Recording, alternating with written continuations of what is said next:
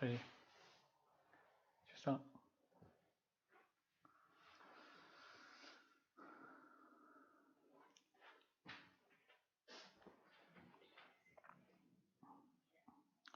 Bismillah ar-Rahman ar-Rahim.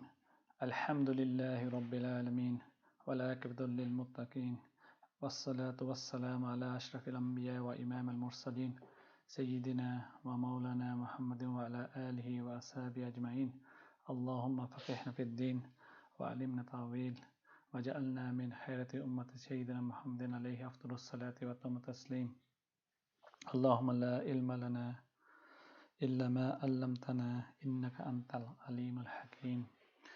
We seek Allah's protection from a knowledge that does not benefit us, from a heart that does not have khushu, from a nafs that's never had enough, from an eye that does not tear, and from a dua that not heard. Assalamu alaikum wa rahmatullahi wa barakatuh. Okay, so we continue on our journey of the Seerah. We're going through which most of you are probably thinking, when is he going to start that part? But it's coming, inshallah. The longer you wait, the more yearning there is for it. So, alhamdulillah. What we did last week and the feedback I got was, and it seems to me that there's two things. People got confused, or they probably fell asleep. So either that we haven't got many historians in our classes or watching, or it's the case I wasn't able to deliver it properly. So I'll give you guys the benefit of that and just say that I didn't deliver it properly. But inshallah, we just got a bit of history left, so we'll finish that off. What I plan on doing today, which never works out, is finish off the history part that's left, and then I want to go back and look at some of the prophets that obviously leading just before the Prophet sallallahu alaihi wasallam, the key ones, three, specifically Sayyidina Ibrahim alayhi salam, Sayyidina Musa alayhi salam, and Sayyidina Isa alayhi salam. Okay, and I'm not going to really go into too much detail in them, but a bit more on Sayyidina Ibrahim alayhi salam, but it'll be good to cover it and go through it, inshallah. So last week we got to 500 BC, and we reached Zulqarnain. So it's the time of Zulqarnain that you hear about Zulqarnain famously in the Quran, Surah Al-Kahf, that everyone should be reading every Friday, inshallah. So many blessings on that. So every Friday you can start from after Maghrib on Thursday night, because in the Islamic, the way the Islamic day works is that from Maghrib the new day starts, so the new date starts. So Thursday night, for Thursday night, one of the reasons Thursday night is so blessed, it's like the Friday day. Okay, so you can start from after Maghrib. As the reason why I'm saying this is we reached winter in the UK, and daylight, short hours for daylight. So if you want to start after Maghrib, you can read after Maghrib, in time after Maghrib, Thursday night, up until Maghrib on the Friday, inshallah. Okay, so let's move on then. So 500 BC, Zulqarnain that we mentioned about, and I'll touch upon it a bit later as well, but Zulqarnain, amazing ruler who ruled from east to west.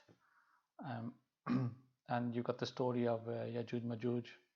I did a class on Yajuj Majuj and Dajjal. I think if you go into the playlist, or maybe just normal videos, you won't be in the playlist. In the normal videos there should be a talk there, so if anyone wants to listen to it, they can listen there. I won't go into detail again. Then it's about the same time you got Cyrus the Great, who creates the Persian Empire. Now Cyrus the Great was one of the greatest kings that the world has ever known. Okay, he ruled the greatest empire that had ever existed up to that point. Okay, the Persian Empire, which stretched all the way from Greece to Turkey, Egypt, the northern part of Arabia, Persia, Iran, all the way to the mountains of the Hindu Kush and to Himalayas. Okay, it's vast. So what Cyrus the Great is well known for is not his conquest, but more about his law. So he ruled many different people, and there was religious tolerance during his time, okay, amongst people. So people were allowed to practice their religion. There was a code of law that unified, um, and it was a great time of civilization at that point. My teacher's view is that Cyrus the Great was possibly Zulkarnain. Okay, and obviously you got the story of Gog and Magog, how those people came to Zulkarnain, and they spoke about this species that kept coming out and then destroying everything, and that wall was built. Now I'm sure, and I don't, like I said, I don't want to go into detail. You can watch the class that I did on it, but there's so much. Everyone's got their own views on who Yajuj Majuj is. You know, you hear so many things. Vikings was one of the kind of most popular one I've heard. That it was actually the Vikings, because they almost emerged from up north somewhere. No one knows where they come from and the way they acted, etc. I think one of my teachers, his view was, because a new one, he said that Yajuj Majuj is cyborg. So that's one of the things. So later on, it was cyborg that's going to overrule and take over everything. Okay, so there's a difference of opinion on Zulkarnain, whether he was a prophet or a king. So whether he was a prophet or a king that was guided by a prophet. Okay, the majority go with the latter, that he was a king that was guided by a prophet. And it was also him that freed the Jews from their captivity in Babylon and allowed them to return to Jerusalem and rebuild the temple of Jerusalem. The empire lasted about 200 years. Okay, around about this time, 500 BC, you also got the Roman Republic formed. You got Thamud is destroyed. The dam of Ma'arib is breached, and that's one of the things actually. And I'm going to talk about it a bit later on when I go into the history of Arabia. We talk about three civilizations often spoken about together in the Quran. You've got Ad, Thamud, and Madain. Now, Thamud were Arabian tribes. Ad and Thamud were Arabian tribes, and the Madain were probably Persian tribes. Okay, or the Persians basically at that time, not tribes. 200 BC. So moving on, and again, for those that I sent out the spreadsheet or that file that's got a breakdown of it. Maybe if you're looking at that, it'll be easier for you to follow it and understand it. So you got 200 BC, which is the era of Alexander the Great and Ashoka the Great. Now, Alexander the Great was the person tutor of Aristotle, very important figure in Greek philosophy. He conquered the likes of Turkey, Egypt. He was basically looking for the fountain of youth. That's what he's doing. He's looking for the fountain of youth. Which movie is it? There's a movie, I think, so that look for a fountain of youth. I can't remember. But one of the movies, I'm sure. You've probably heard it plenty of times in movies. But he was looking for the fountain of youth.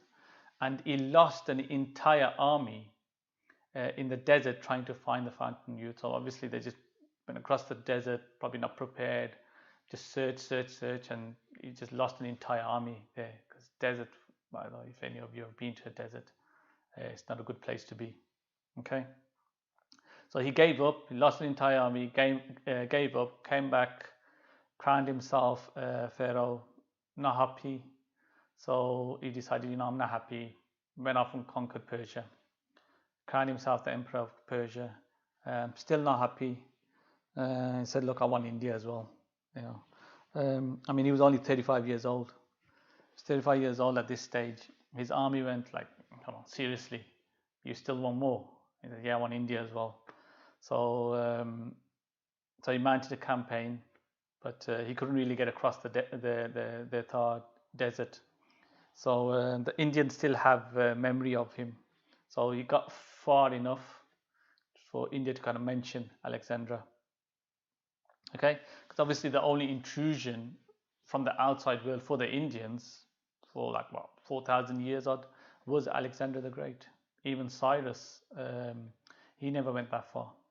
Okay, so Alexander the Great had a massive influence on civilization because he united Greek and Persia culture, and he made Egypt.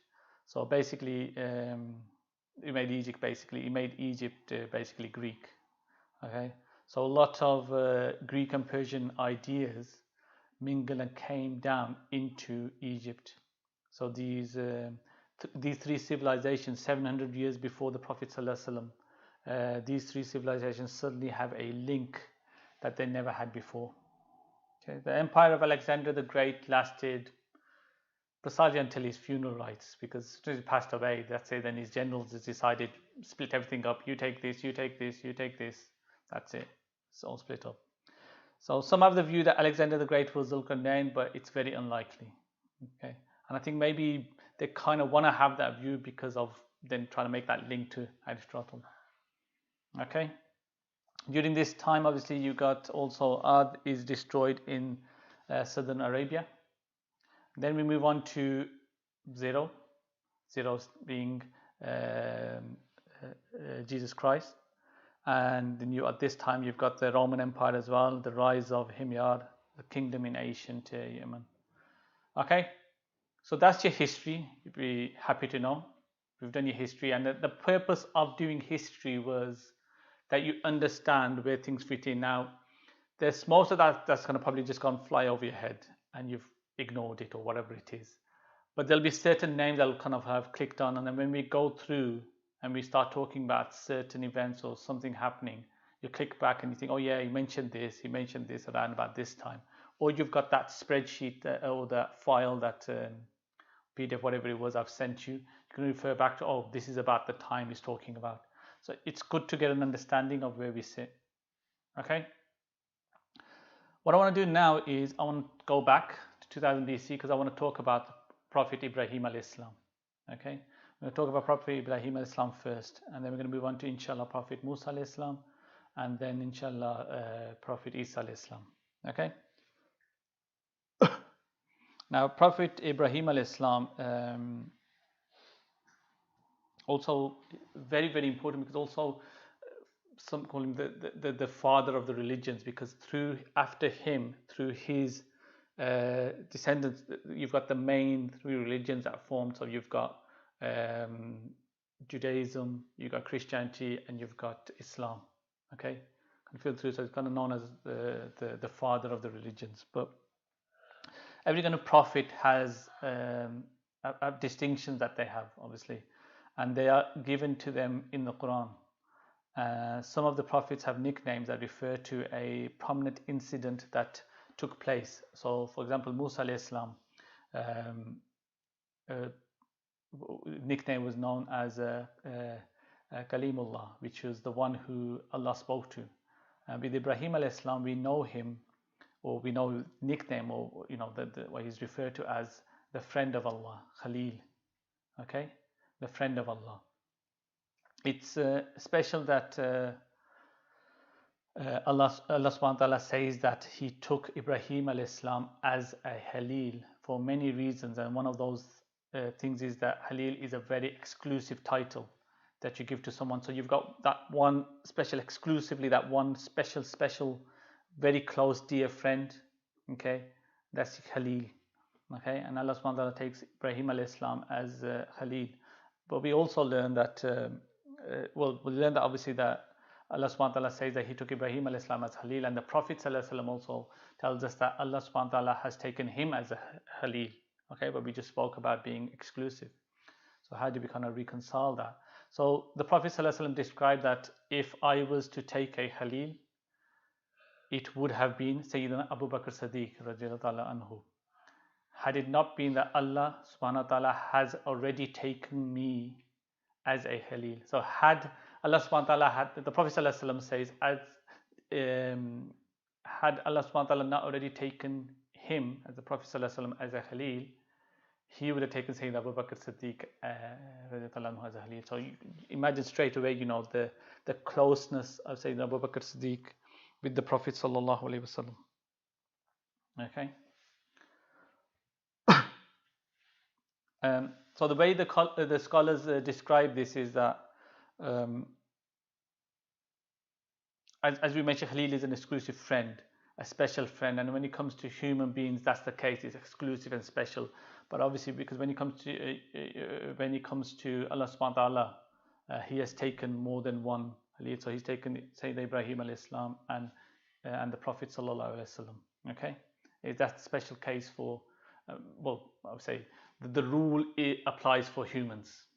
Okay, the rule applies for humans, but Allah subhanahu wa taala, anything is possible.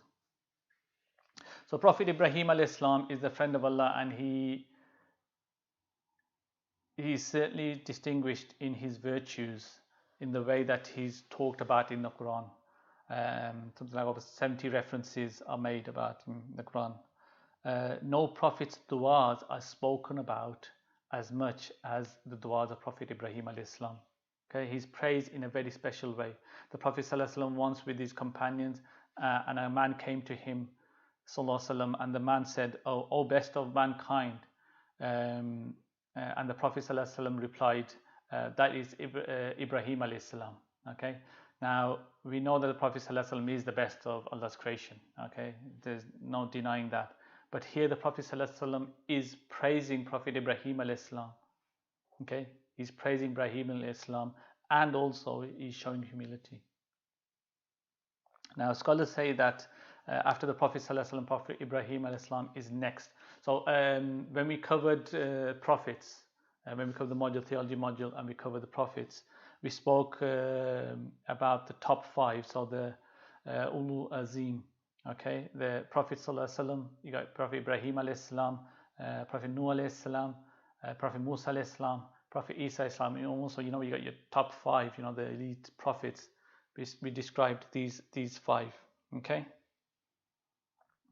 Ibrahim alayhi. So let's just look a bit the life of the Prophet Ibrahim alayhi. So Prophet Ibrahim alayhi was born, which is now Iraq. At a young age, some physicians at the age of 7, he would question what's the point of these idols. Okay, he would start questioning. So at such a young age, what's the point of these idols? They just don't make any sense. It's just strange that why do they just come? These people are just bringing idols and giving them food and drink, and they got so much over these idols. It just didn't sit well with him. Okay, it didn't sit well with him. It made no sense to him. So bigger idols were sold to the rich. So if you're a rich person, you had big idols. The idea was that you pay more and you get a bigger idol.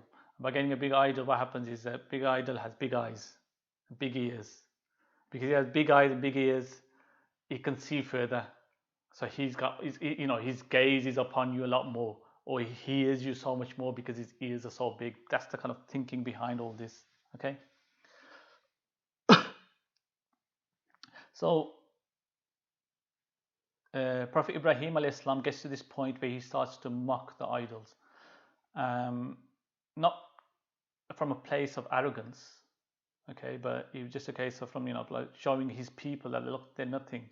What are you guys doing? You got no idea. These idols, they're nothing. He starts to bring them food.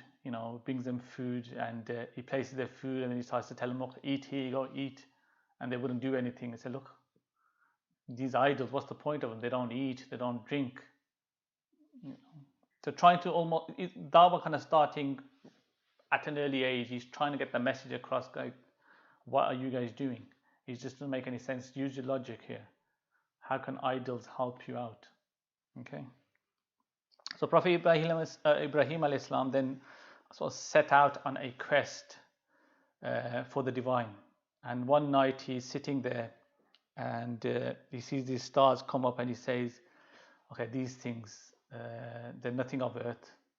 Nothing of earth is worthy of worship, but the stars are eternal. Okay, they are far from the earth. They cannot be touched. They were not created by any human. being. So they're not born, they don't die, they're always there.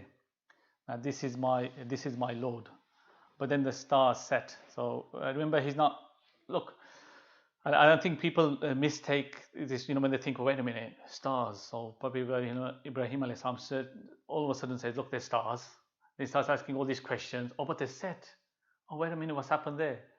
Look, this is nothing new for probably Prophet Ibrahim alayhi salam. It probably be new for us because we probably never have seen the stars. We're stuck in our houses or in our cars, and it's amazing if you were to, maybe definitely in winter when the sky is clear, you just look up and you look at the stars.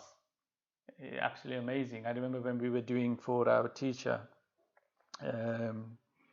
dawn sighting, and we had to go all the way down south where you got dark sky areas. So what it is when you want to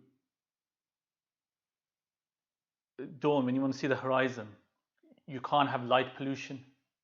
So here you got street lights, etc., or house lights. There's too much light pollution, so you won't really be able to see it. So you have to go in certain areas which are known as dark sky areas where there's not light pollution.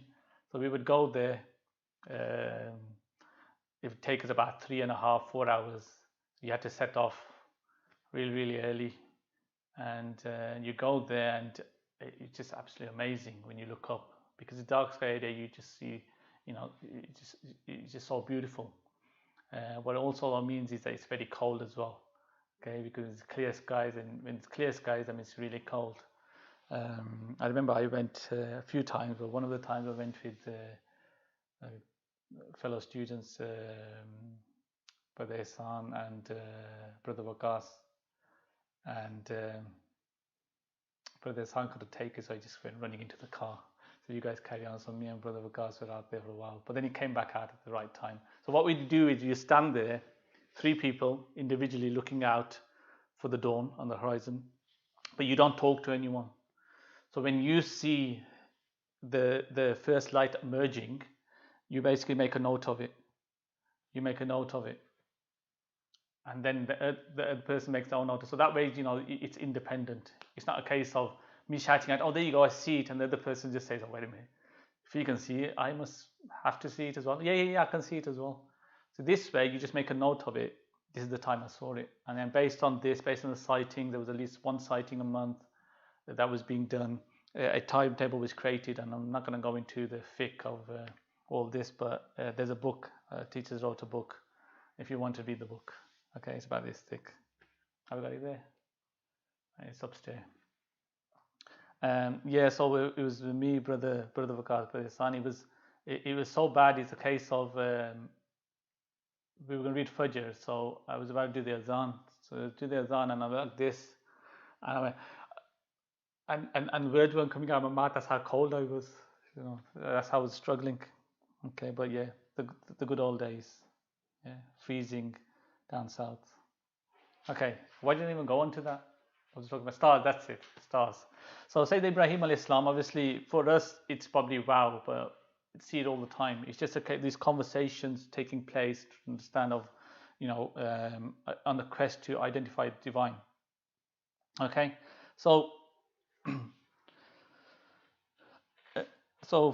it wasn't, like I said, big thing for Sayyidina Ibrahim alayhi salam. So he would have seen this every single night of his life, but this time which came to him, an understanding came to him, and that understanding is that these things cannot be divine. Okay, at the same time, actually, what you got to understand also is he's also, I would say mocking, but he's also telling others as well.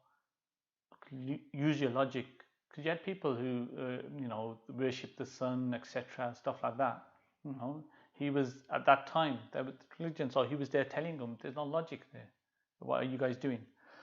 Okay. So these things cannot be divine because they change. He says, I do not love things that set, as mentioned in the Quran.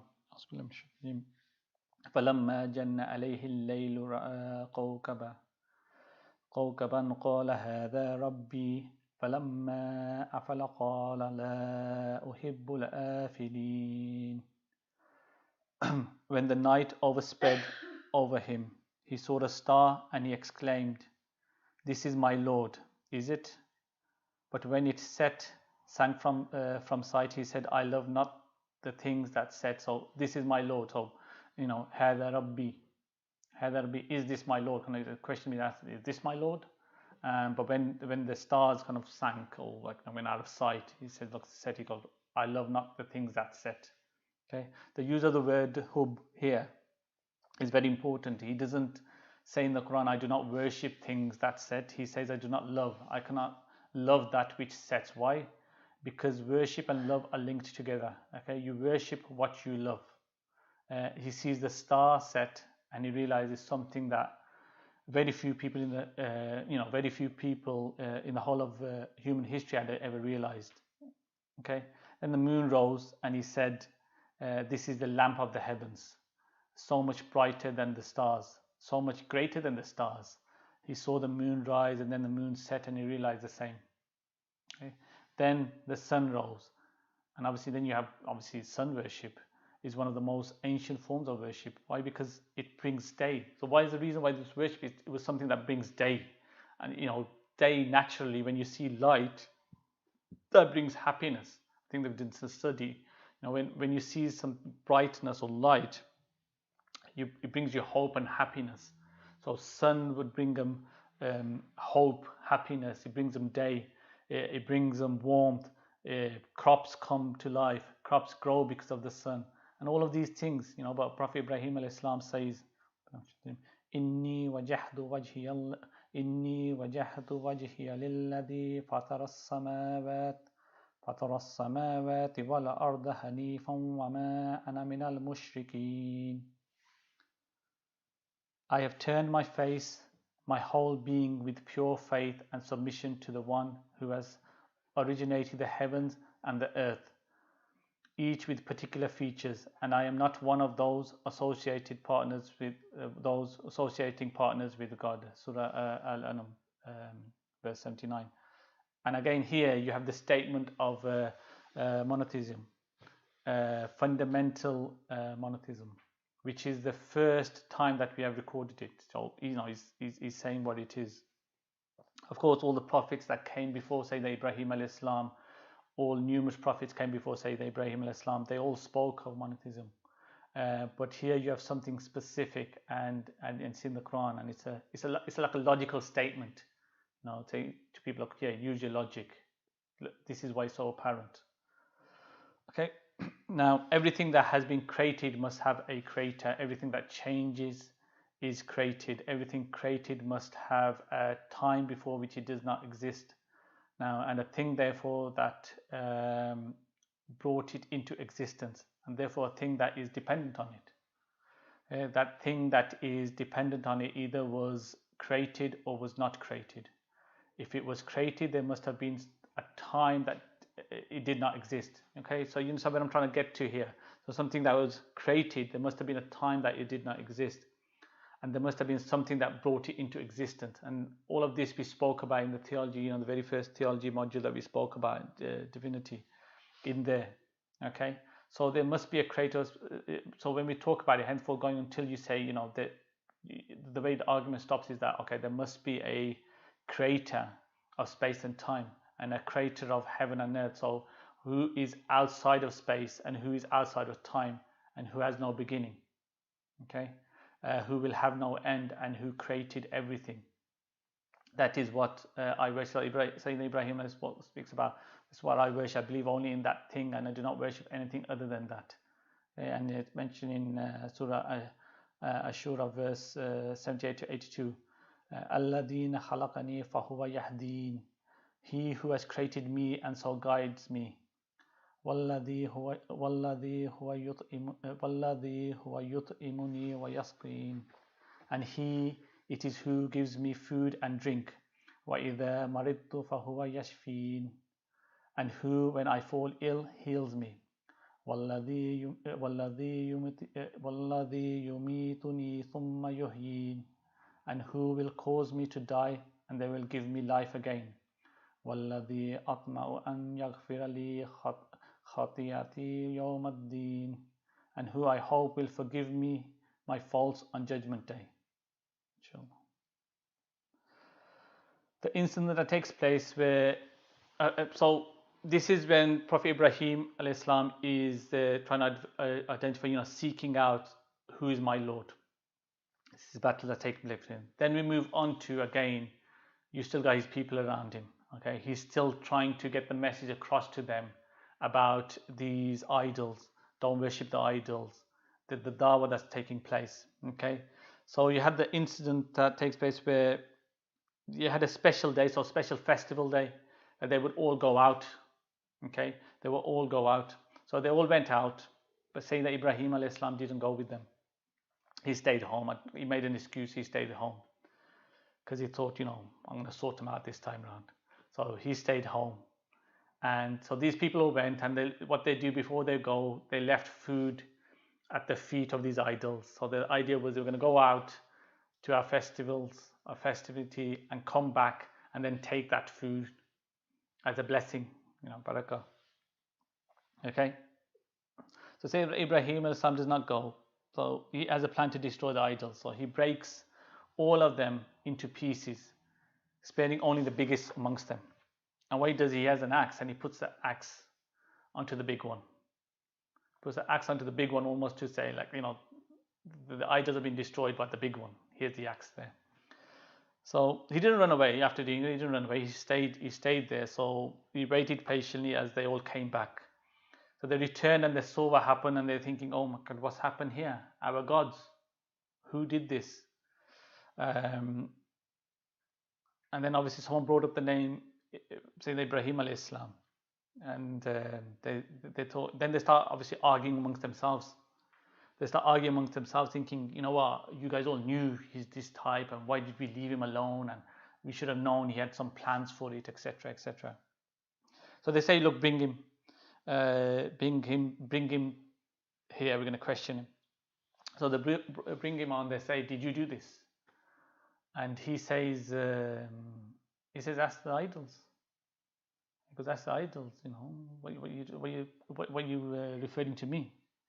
And some of the scholars actually say, when he points towards the big one, he says, this one did it. This one, as in, like his thumb, the big one.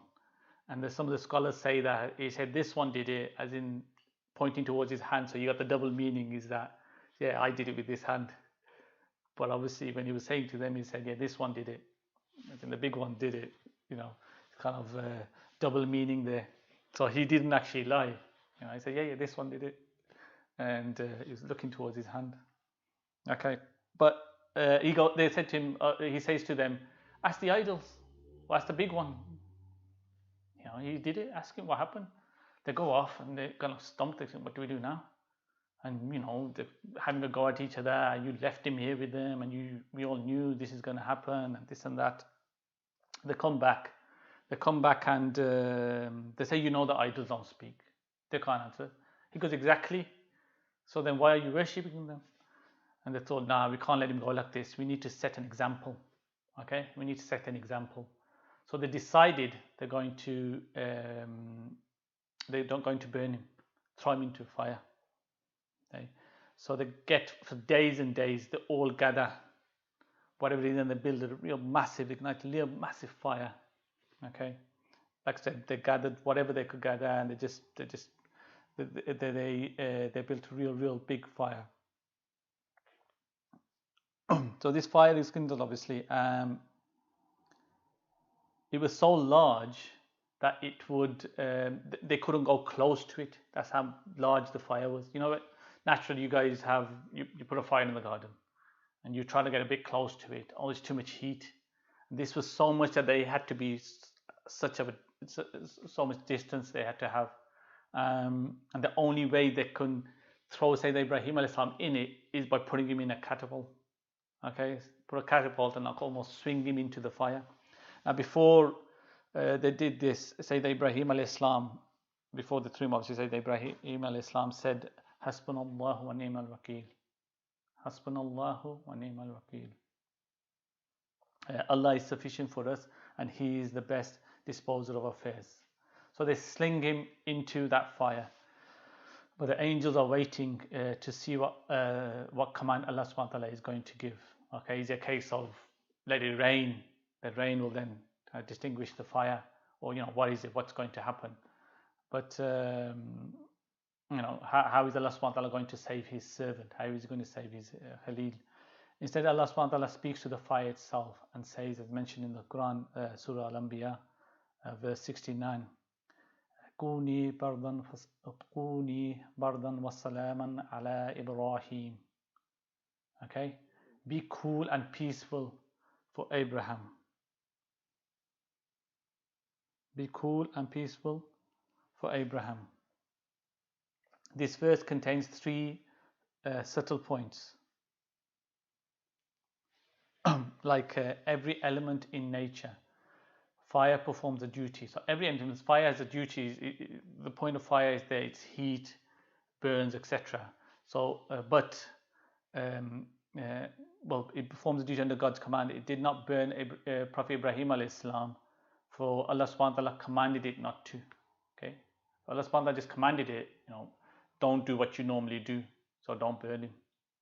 Okay, all it took was a command from Allah subhanahu wa ta'ala, and that's it.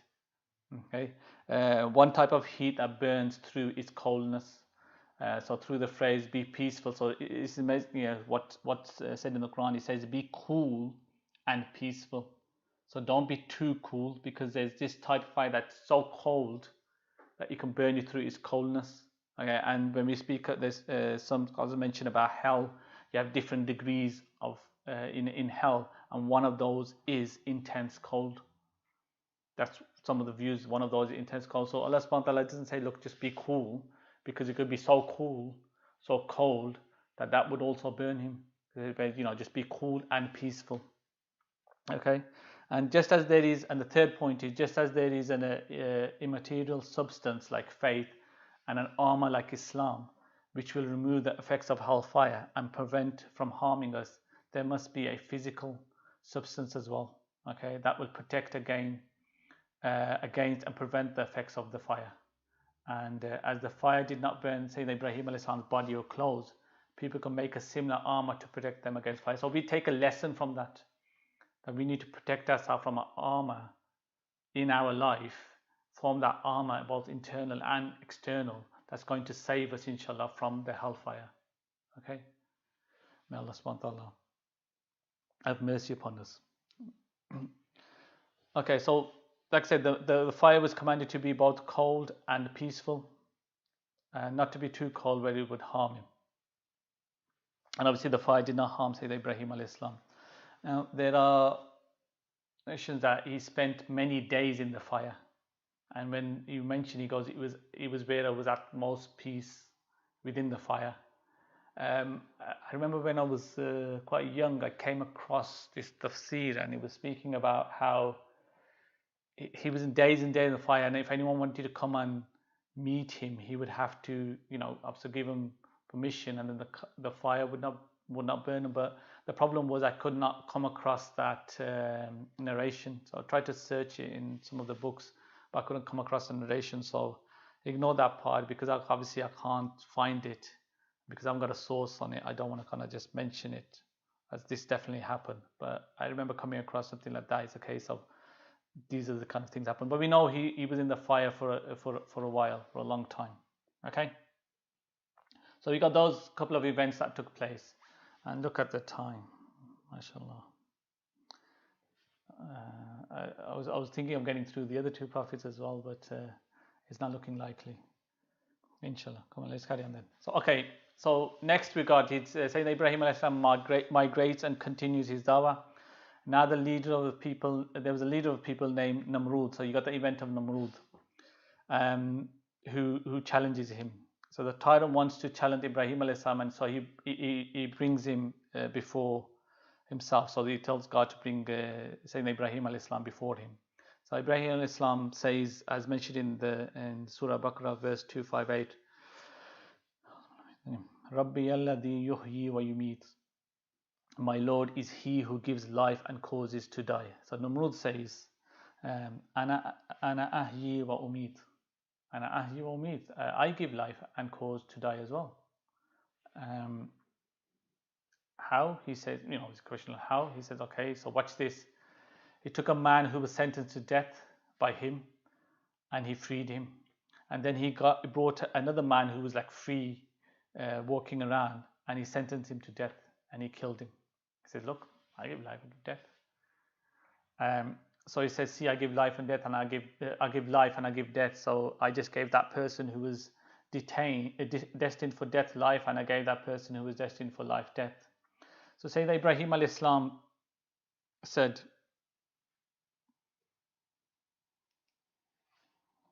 Sayyidina Ibrahim alayhi salam said, فإن الله يأتي بالشمس من المشرق فأتي بها من المغرب. Surely God causes the sun to rise in the east, now you cause it to rise in the west. Okay, Surah Baqarah 258. So he completely dumbfounded him in this situation. So Sayyidina Ibrahim said, okay, my Lord causes the sun to rise in the east. You claim to be a God. Why don't you cause it to rise in the west? He got stuck then, he couldn't do anything. Okay. So another incident for Sayyidina Ibrahim alayhi salam, while he was in Egypt, and there was another tyrant there, the Pharaoh of the time, and he set out his guards looking out for beautiful women. Okay, so whenever they see a beautiful woman, they bring her to him, and obviously he didn't care if she's married or not. So Sayyidina Ibrahim alayhi salam's wife Seerah was a beautiful woman, and Sayyidina Ibrahim alayhi salam is with Seerah, and the word gets out to the Pharaoh about the beauty of Seerah. And when Sayyidina Ibrahim alayhi salam,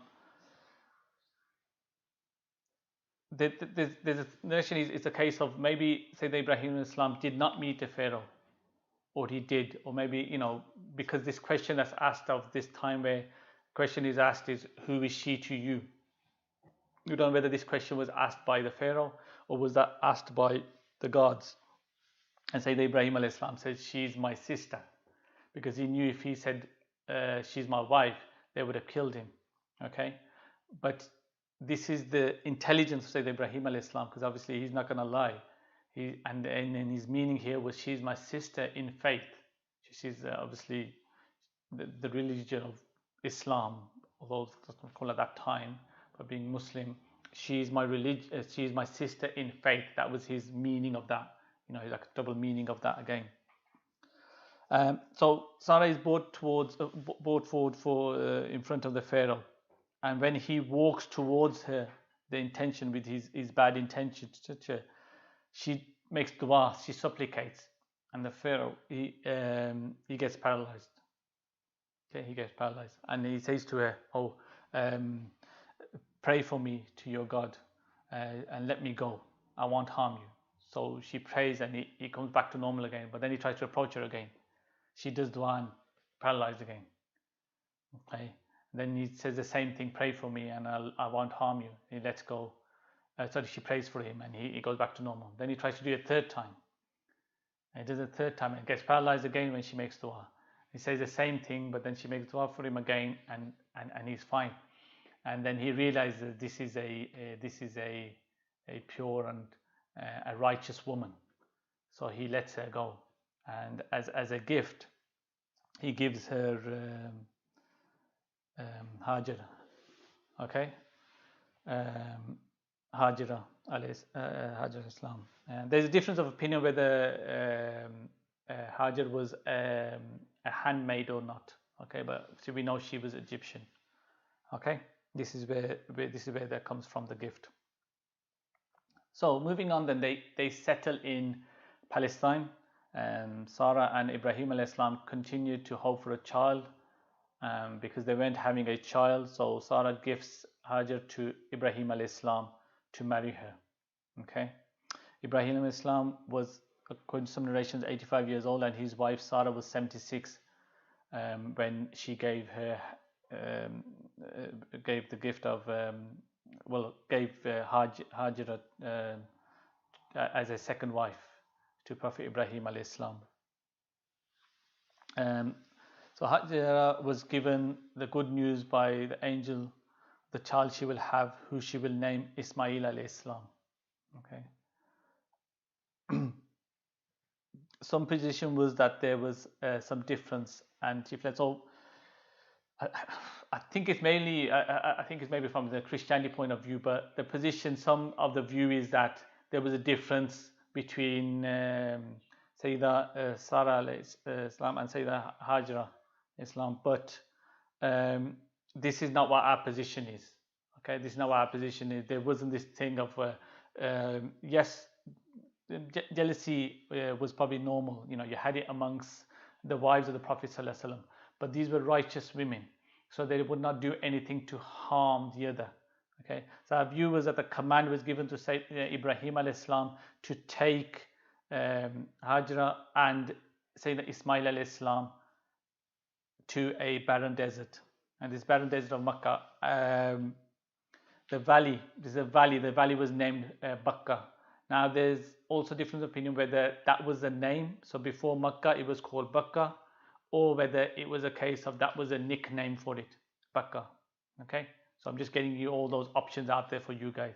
I don't want people coming back and saying, oh, you said this, but it's this and this. So there's difference of opinion there about the name.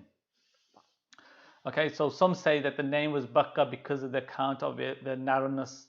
Okay, the narrowness, the hills surround it on all sides except for 3 passes. So you had 3 passes. So one to the north, one to the south, and one opening toward the Red Sea, which was about 50 miles away. And I'm going to go into detail actually, because I'm going to go into detail later when we look at the history of how this place was then populated and why people started coming here, because it was out of the way, it was a desert. There was no reason for anyone to pass through it. Okay, so we'll look at that and how you know you had people come along and settle there.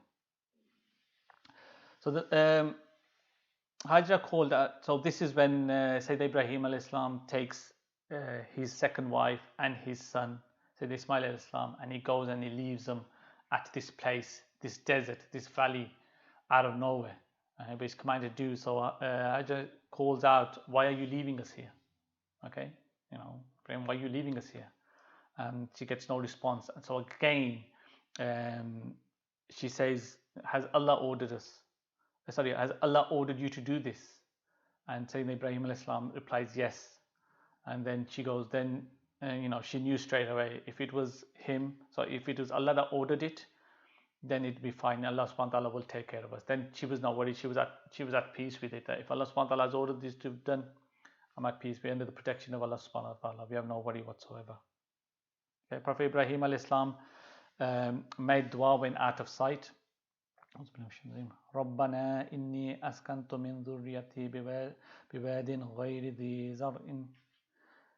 غير ذي زرع عند بيتك المحرم ربنا ليقيموا الصلاة فاجعل أفئدة من الناس تهوي إليهم وارزقهم من الثمرات لعلهم يشكرون.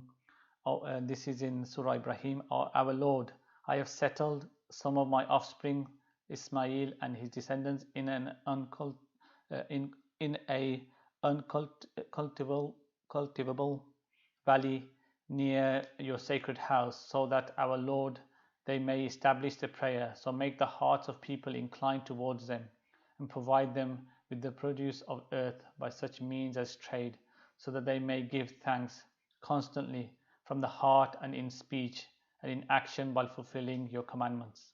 Okay, there's dua for Prophet Ibrahim alayhis salam, and like I said, there are many duas mentioned of Prophet Ibrahim alayhis salam in the Quran, and you know, all of them that we read, normal duas that we read, or in prayers, etc., stuff like that.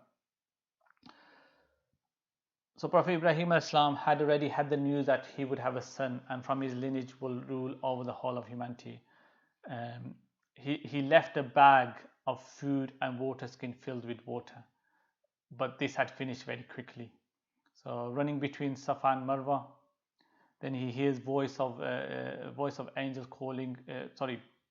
We're talking about the story of the famous story of the Hajra Islam, and this is one of the beauties actually that you see. So you got say the Hajra who started running between Safa and Marwa. So what she would do was she would climb up the mountain. So first she looked to see if there's anyone I can see coming.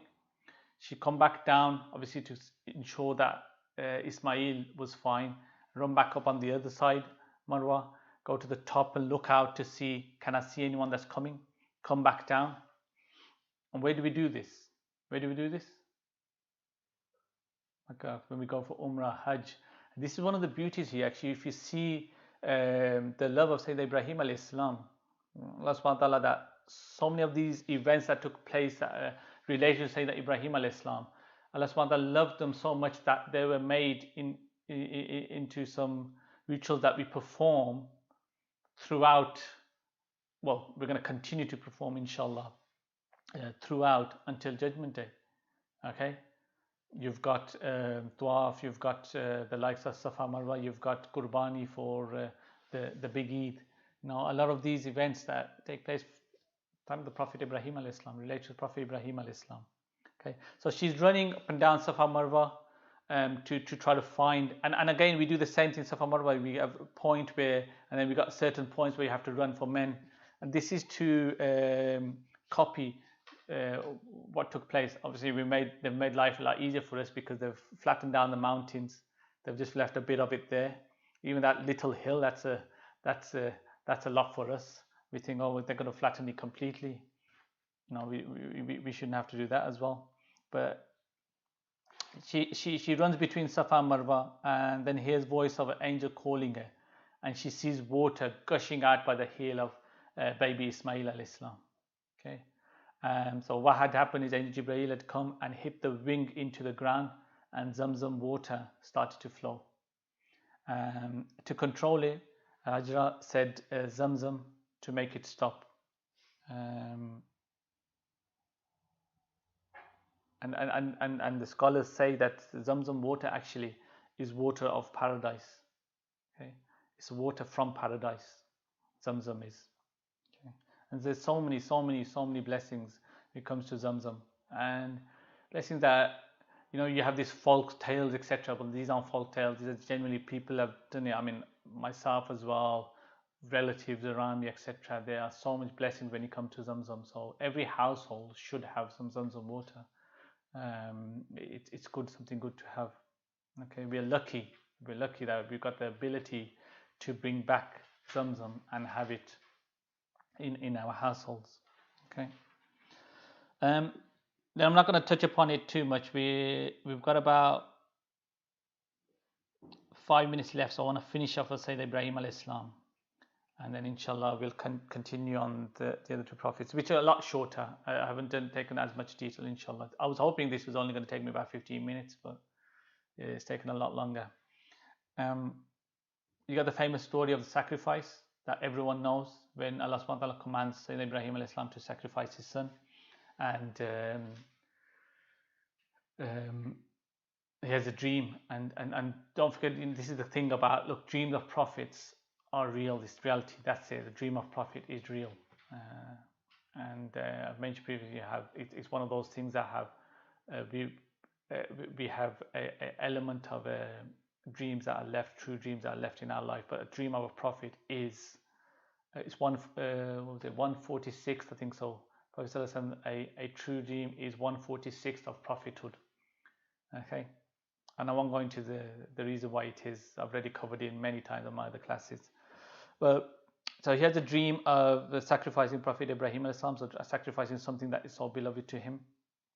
So he takes his son. Now imagine this, that he's left his son here in a desert, and then comes along, decides, I've left you here in the desert to take care of yourself, but now I've come to sacrifice you. Okay, imagine that. Your father comes over to you and says that. So this is a thing again, and when I spoke about right at the start in the first lesson, I said put yourself in that situation. It's all great when we hear these stories. We say Subhanallah, MashaAllah, Alhamdulillah, and all this. Truly put yourself in that situation. How would you feel? Okay, how would you feel? Yes, no doubt we can't reach their level, but still have some feeling. Put yourself in that mind. This is one of the reasons why these people were so amazing, these prophets were so amazing, or the Sahaba were so amazing, is put yourself in that situation.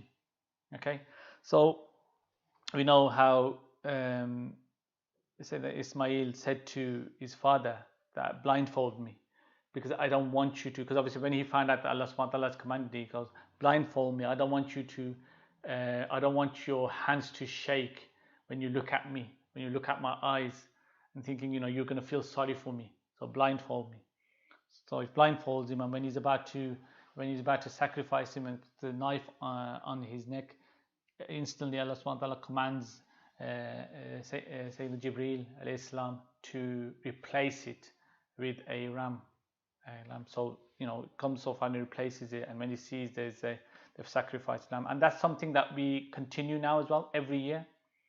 Okay, it's wajib on those that meet the minimum nasab amount. And I think while we're at it, let's just quickly throw in a fiqh point, as we did mention that Seerahs enable us to learn about the fiqh as well, because people have this understanding that the household, so a father, he's going to give the qurbani, and we've got about probably 7 grown-up sons who are working, earning so much money, but we don't have to give qurbani because our father's given it. No, it doesn't work like that. Qurbani is personally obligatory on those, wajib on those that meet the nisab amount. Okay, so if you are earning a certain amount, if you got a certain amount of savings, that means that you can afford to give qurbani, you should be giving your own qurbani. Okay, for everyone, it applies to everyone, every adult. But again, the condition is that you have got X amount of savings or X amount of money. Similar to zakat, when you pay zakat, so you've got women who will give zakat because they've got a whole load of gold, because they've met the minimum nisab amount, so they have to give it. Okay. What's amazing, and I suppose this is the difference by doing online. I've yet to have a question on the live chat. Normally when people are in front of me, there's a lot of, I would say a lot of questions. There's always a few questions. Most of the time it's probably my daughter just asking a question. Okay, so not much later, and remember this actually, not much later, Jurhum tribe came there to the valley of Makkah or Bakka, what you want to call it. Now just remember that part, and I've mentioned it quite just passing by, but we're going to go into that detail later on when we look at Rabban history, when we just cover off the prophets. So Sayyidina Ibrahim alayhi salam grew to marry a girl from the Jurhum tribe. So Sayyidina Ibrahim alayhi salam would come now and then, but would return. And when he did come to stay for a while, built the Kaaba, and again we're going to speak about that later. When I touch upon the Kaaba, I'm going to go to different times when the Kaaba was rebuilt. So we'll touch upon that as well. So that Ibrahim alayhi salam lived for a further 75 years from when Zamzam was discovered, according to some. Blackstone narration that this was brought to them by an angel from the nearby hill. Okay, so when he was rebuilding the Kaaba, the Blackstone was, Sayyidina Ibrahim alayhi salam was building the Kaaba with Sayyidina Ismail alayhi salam. And when he got high to one point, you've got the Maqam Ibrahim, so you've got, whenever you see a picture of the Kaaba, or for those that haven't been there, which is in picture, but those that have been there, you got the Kaaba, and by it, in that gold cage, you have a stone there, and it's got some footprints in there. That's known as Maqam Ibrahim. So that's the stone that when the Kaaba was being built, and they had to go higher, say that Ibrahim alayhi salam would stand on that, and that rose enabled for him to then continue building. Okay, so the stone, the narration is that it was brought to them by an angel from the nearby hill, Abu Qubais, where it had been preserved ever since it had. So the hill was Abu Qubais, the nearby hill. It had been preserved ever since it had reached earth. And again, this is something that it's come from. This is descended from paradise. And when it descended from paradise, it was whiter than milk. However, the sins of the sons of Adam made it black. Okay. Finally, and I know we got 8 o'clock, just 5 minutes, inshallah. I just want to finish off on this last part. Okay. Finally, Ibrahim alayhi salam and Sarah settle in Palestine, and it's old people. Then comes the story of the noble guests of Ibrahim alayhi salam, as mentioned in the Quran. هل أتاك حديث ضيف إبراهيم المكرمين? Has there come to you report of Abraham's honored guests? Okay, so so you had this group of 3 men walked by Sayyidina Ibrahim alayhi salam's house, And when Sayyidina Ibrahim alayhi salam sees them, he says to them, come on in. So they give him salam and he responds salam. He says, what noble guests, a group of people, he says to them, with good manners and good character. So he shows them great hospitality. And he goes to his wife, Sarah, and he says, let's cook them something really good. Okay, because hospitality is extremely important to Sayyidina Ibrahim alayhi salam. So they cook this full meal, and Sayyidina Ibrahim alayhi salam is sitting, he brings them the food, they're sitting down, but they're not eating. Okay, they're not eating this food. So Sayyidina Ibrahim alayhi salam moves the